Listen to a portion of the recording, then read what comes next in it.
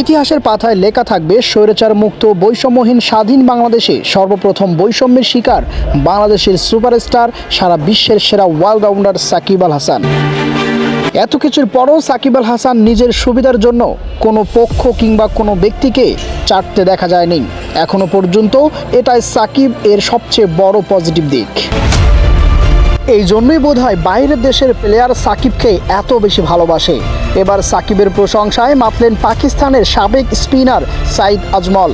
সাকিবকে চিনলাম না শুধু আমরা বাংলাদেশিরা, সাকিব বাংলাদেশের সুপারস্টার ক্রিকেটার।